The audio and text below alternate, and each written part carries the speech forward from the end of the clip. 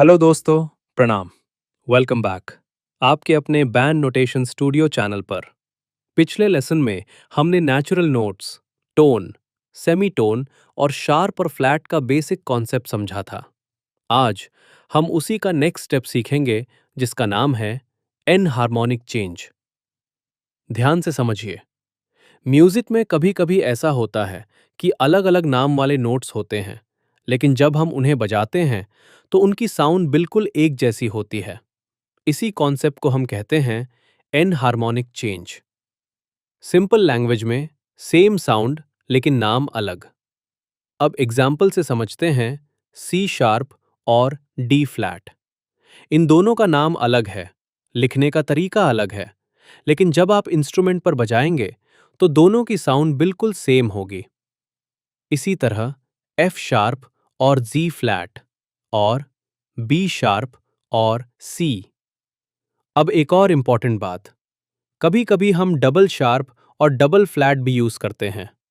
Double sharp का मतलब होता है नोट को दो सेमीटोन ऊपर ले जाना, और डबल फ्लैट का मतलब होता है नोट को दो सेमीटोन नीचे लाना।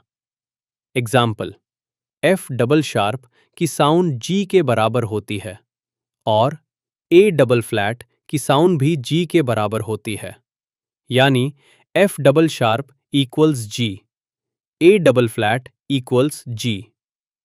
अब आप स्क्रीन पर जो डायग्राम देख रहे हैं, उसमें आपको दिखाया गया है कि अलग-अलग नाम के नोट्स, लेकिन जब हम उन्हें प्ले करते हैं तो साउंड एक ही होती है। अब सवाल आता है, ये कॉन्सेप्ट सीखना क्यों जरूरी है? क्योंकि जब आप म्यूजिक नोटेशन पढ़ेंगे या लिखेंगे, तो आपको सिर्फ साउंड ही नहीं, बल्कि करेक्ट नाम भी समझना जरूरी है। एन हार्मोनिक चेंज आपको ये समझने में मदद करता है कि एक ही साउंड को अलग सिचुएशंस में अलग नाम से लिखा जा सकता है। इससे आपका म्यूजिक रीडिंग और राइटिंग दोनों स्ट्रांग हो जाएगा। तो दोस्तों, आज के लेसन में हमने एन हार्मोनिक चेंज का कॉन्सेप्ट क्लियरली समझा। अगला लेसन और भी इंटरेस्टिंग होने वाला है। उसमें हम सीखेंगे कि किसी भी मेजर स्केल को कैसे आसानी से निकाला जाता है और उसका फॉर्मूला कैसे यूज किया जाता है, ताकि आप बिना कंफ्यूज हुए हर स्केल को इजीली बना सकें। अगर आप आगे एडवांस तक म्यूजिक सीखना चाहते हैं, तो चैनल के साथ जुड़े रहिए और रेगुलर प्रैक्टिस करते रहिए।